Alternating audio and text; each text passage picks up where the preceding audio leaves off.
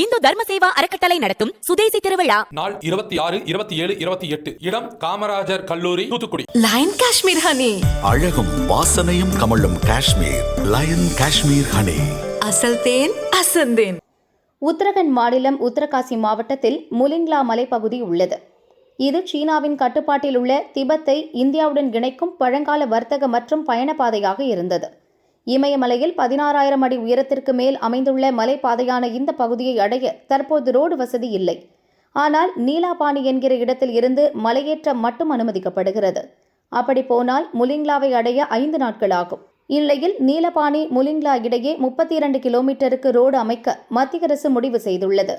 BRO எனப்படும் எல்லை சாலை நிறுவனம் மூலம் இந்த திட்டம் செயல்படுத்தப்பட உள்ளது. 104 கோடி ரூபாய் ஒதுக்கீடு செய்யப்படும். முதற்கட்டமாக நிறுவனங்களிடம் BRO ஒப்பந்தம் கோரியுள்ளது. தேர்வாகும் நிறுவனம் மலை, பாறை, மண் வகை ஆகியவை எப்படி உள்ளது என ஆய்வு செய்து எங்கு சாலை அமைக்கலாம், பனிச்சரிவு தடுப்பு ஆகியவை குறித்து அறிக்கை அளிக்கும். அதன்பின் சாலை பணிகள் துவங்கும். அனைத்து வானிலையிலும் திபெத் எல்லையை அடையும் வகையில் இந்த சாலையை கட்டமைக்க உள்ளனர்.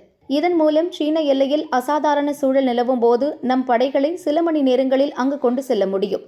இதுகுறித்து BRO அதிகாரிகள் கூறுகையில், லடாக்கில் சீன படைகளுடன் கடந்த 2020 ஏற்பட்ட மோதலை தொடர்ந்து எல்லைகளில் சாலை, பாலங்கள் போன்ற உட்கட்டமைப்பு பணிகளை மத்திய அரசு விரைவுபடுத்தி வருகிறது. அதன் ஒரு பகுதியாக நீலாபாணி முலிங்லா இடையே உயர்மட்ட மலைப்பாதை அமைக்க உள்ளோம். இமயமலையில் சாலை அமைக்கும் இந்த பணி மிக சவாலானதாக இருக்கும் என்றனர்.